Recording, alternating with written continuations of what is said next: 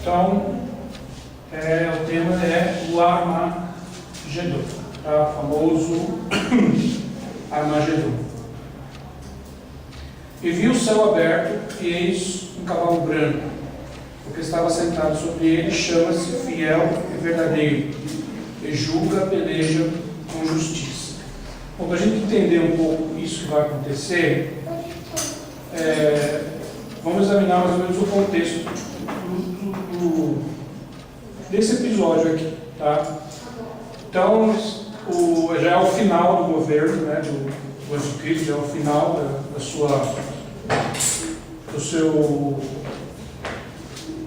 desse episódio todo, né, do governo dele e de tudo que vai acontecer.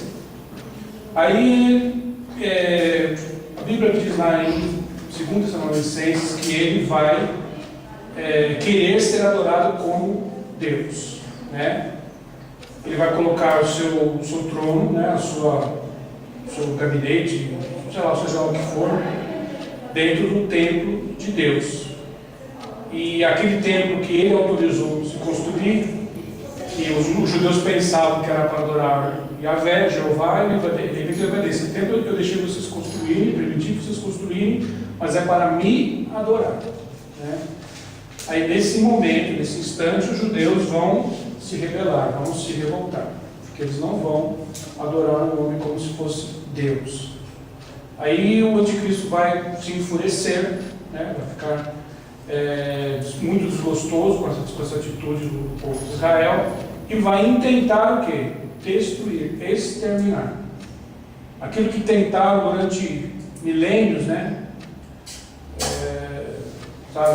Durante todo o período, desde o final do cristianismo, da queda de Jerusalém no ano 70, a tentativa dos homens de exterminar o povo de Israel. Aí, no século XX, o holocausto da Segunda Guerra, tentar. Aí o anticristo vai novamente intentar exterminar esse povo, né? Então, ali no episódio das 7 taças, na 6ª taça se prepara a invasão de Israel, né?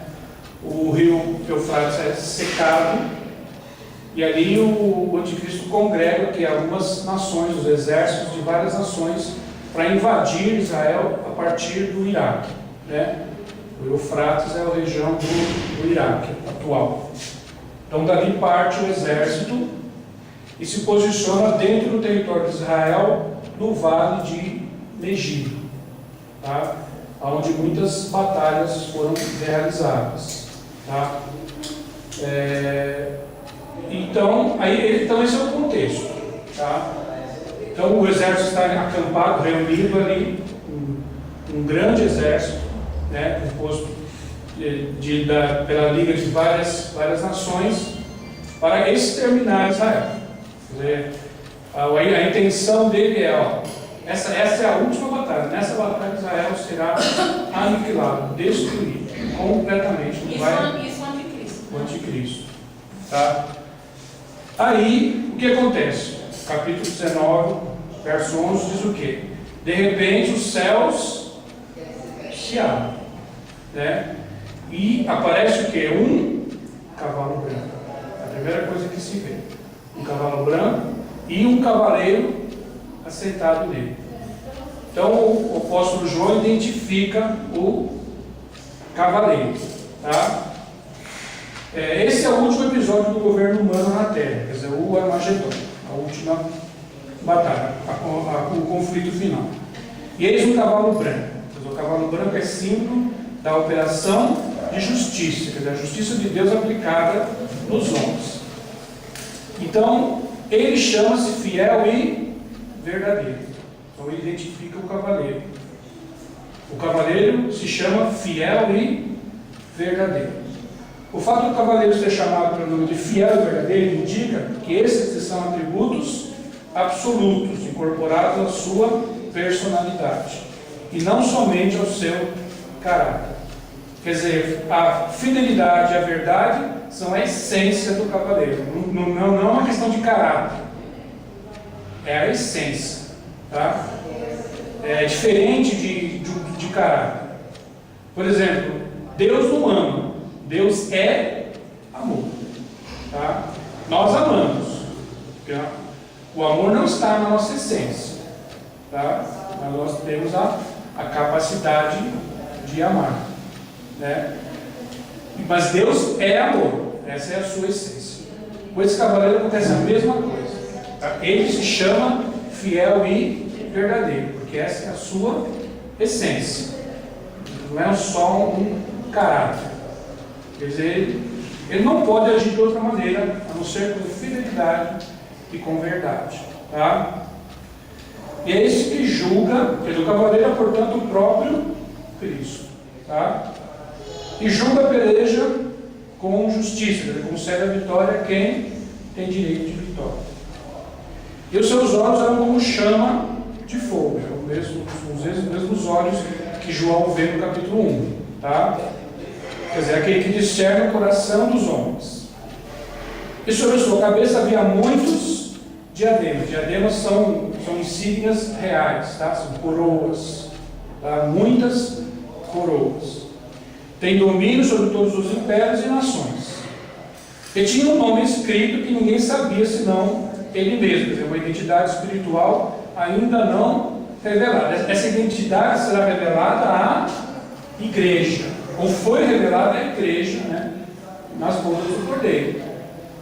Aí nós também teremos uma identidade espiritual que será revelada. Mas aqui, os homens que estão ali naquele contexto não conhecem, não sabem. Tá? Ele estava vestido de uma... que tinha um nome escrito que ninguém sabia, senão ele mesmo, uma identidade espiritual ainda não revelada. Ele estava vestido de uma veste salpicada de sangue. Esse não é o sangue da expiação, porque esse sangue foi derramado dele, saiu dele.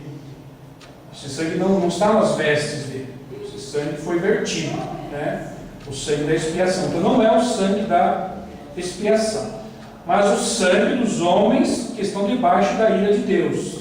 Não é o sangue dele, de Jesus, é o sangue dos homens. Tá? E o nome pelo qual se chama é a palavra de Deus. Novamente é identificado Jesus, né? Ele é o verbo vivo revelado no Evangelho de João, né? No princípio era o verbo, e o verbo estava com Deus, e o verbo era Deus. Então é identificado o cavaleiro, é Jesus. Tá? E seguiram os exércitos no céu, de cavalos brancos e vestidos de linho fino, branco e púrpura. Esses que acompanham o cavaleiro não são os anjos, tá? Mas a igreja remida e glorificada, já casada com o Cordeiro, que vem para reinar com ele. Então, esses que acompanham o cavaleiro, eles são a igreja, somos nós. Tá? Nós subimos no arrebatamento, nós participamos, né? Na verdade, nós somos o protagonista das bodas, nós somos a noiva. Então nós subimos, nos casamos com o Cordeiro e aí voltamos com ele. Tá? Como nós vamos reinar com ele, né, aqui na terra, durante o período do milênio, então nós voltamos junto com ele, para assumir o reino junto com ele. Então nós descemos em cavalos brancos. Tá? Estamos vestidos, estamos incorporados com a mesma justiça dele. Tá? Nós somos plenamente justificados, embranquecidos, lavados e somos agora semelhantes a ele. Por isso nós também teremos cavalos brancos e também estaremos vestidos de linho fino. Tá? E da sua boca saiu uma aguda espada para com ela ferir as nações, e ele as regerá com vara de ferro.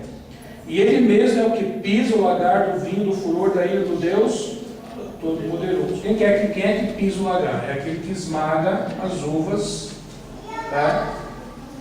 E quando ele esmaga, no ato de esmagar as uvas, as suas vestes ficam salpicadas, né, de vinho. No caso aqui, vinho significa sangue. Tá? Então ele tem as vestes salpicadas de sangue porque ele pisou o lagar da ira de Deus. Então suas vestes estão salpicadas de sangue. Cristo ferirá as nações por terem transgredido os mandamentos de Deus, expressos nas Escrituras. Ele fará isso com a espada que sai da sua boca, que é a palavra de Deus. E ele estabelecerá o seu reino com autoridade e austeridade absoluta. Austeridade significa o quê? Severidade. O governo de Jesus será um governo severo. Tá? Sobre determinados aspectos, será bastante severo. O símbolo da vara de ferro, domínio absoluto. Né? O cavaleiro traz as vestes salpicadas de sangue, sim, como as vestes daquele que pisou no leixo, eu já expliquei, uma garra para a fabricação do vinho, e suas vestes ficam salpicadas de vinho. Só que no caso de Jesus não é vinho, mas o sangue de homens, mulheres e crianças, que serão mortos no derramamento da ira de Deus. Esta é outra faceta pouco conhecida de Jesus, aquele que prepara o derramamento da ira. Parece até um paradoxo, coisas contrárias, né? O mesmo agente que verteu o seu sangue pela humanidade é o que pisa no lagar do sangue dos homens que sofrerão o juízo de Deus. Tá? Hoje nós conhecemos o Jesus da graça, Jesus que verteu o sangue, Jesus que pagou o preço, tal, e tudo mais. Mas a partir daí, depois do arrebatamento da igreja, né, depois que tudo para a igreja for consumado, a revelação de Jesus ao mundo vai ser diferente daquela primeira, quando ele veio da primeira vez. Ele veio como Cordeiro de Deus, ele veio para ser sacrificado, né? O Filho do Homem não veio para ser servido, mas para servir e dar a sua vida em resgate por muitos, tal. Essa foi a primeira vinda, o Cordeiro de Deus, graça de Deus. Mas na segunda vinda, a sua abordagem já é completamente diferente. Aí ele vem sim para exercer domínio, para aplicar justiça. Então nesse contexto vai se ver muito pouco do Jesus da graça que nós conhecemos hoje. Tá? Vamos conhecer um outro lado do ministério de Jesus. Ele recebeu do Pai a autoridade para governar e a autoridade para julgar. Tá? E agora ele vai exercer essa autoridade, ele vai exercer isso, né, nessas condições. Tá?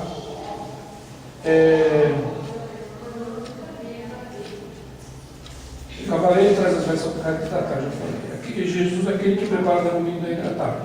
E no vestido e na sua coxa tem escrito este nome: Rei dos Reis e Senhor dos Senhores. Este é um dos nomes messiânicos mais conhecidos de Cristo. É o seu diadema de governo mundial.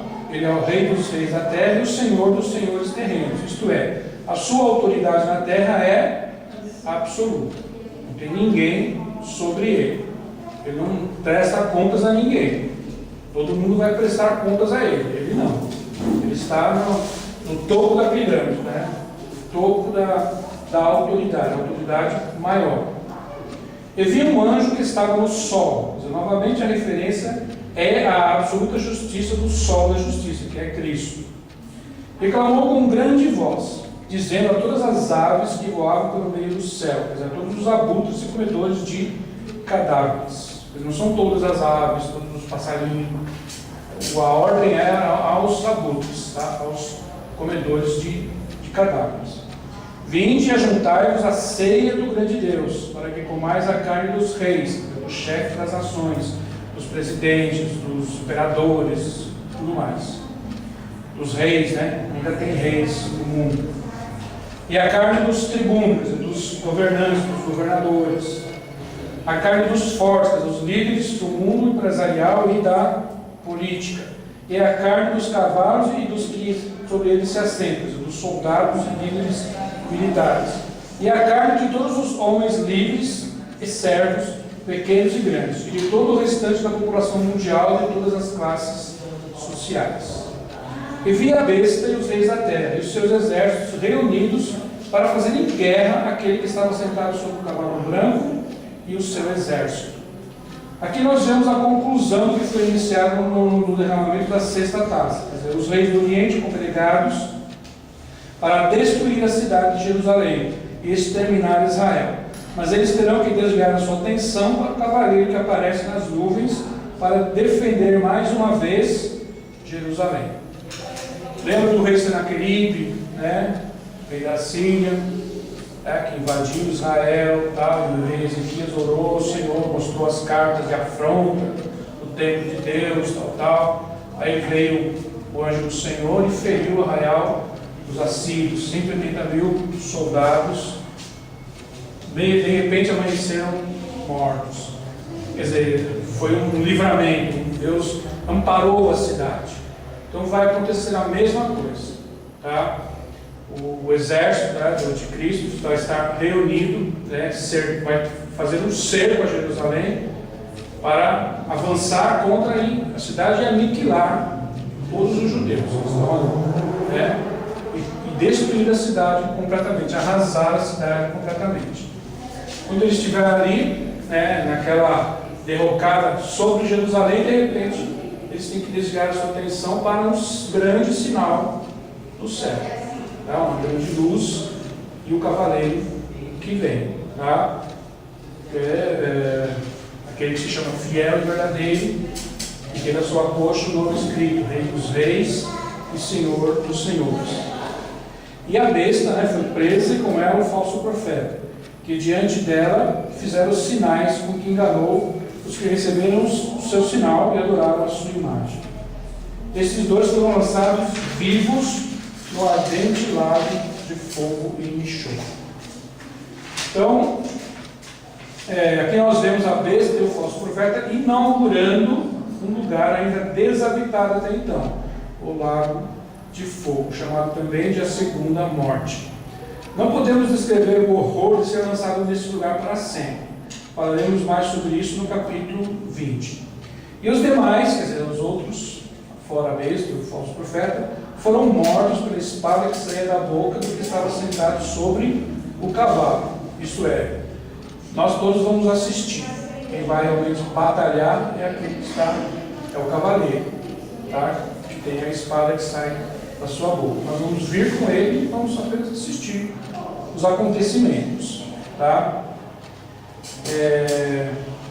Mas quanto à besta e o falso profeta, desceram vivos ao lago de fogo, a semelhança de Coré, Datã e Abirão, que desceram vivos ao Hades, na rebelião contra Moisés, sem passarem por um julgamento. Quer dizer, a besta e o falso profeta não serão julgados, sim, não comparecerão perante um juízo final,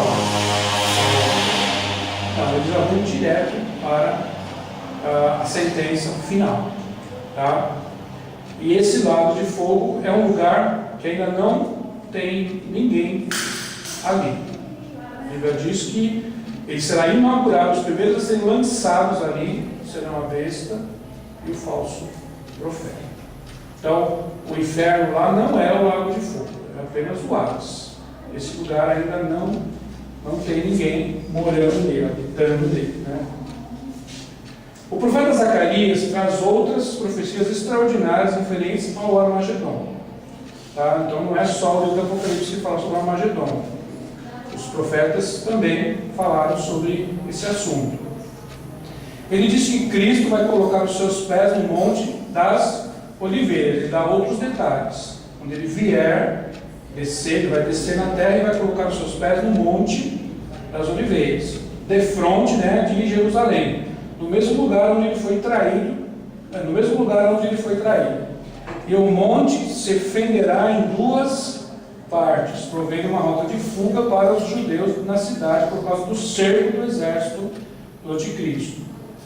E que logo depois que a batalha terminar, Cristo apresentará aos judeus as suas mãos feridas pelos pregos, e Israel se converterá a Cristo com um grande choro. Então Israel finalmente, né, como nação, Israel, como nação, vai reconhecer o seu verdadeiro Messias. Tá? Jesus vai se apresentar com as chagas, né, nas mãos. E o texto de Zacarias diz, olha, o texto fala assim, eu sou aquele, ele vai se apresentar aos judeus, eu sou aquele que fui ferido na casa dos meus amigos. Tá? E aí Israel vai se converter ao Senhor, com grande pranto. Né? E aí, como nação, Israel vai reconhecer o Messias. Então vamos lá. O milênio e a batalha de Gog e Magog. Tá? Deixa eu ver isso.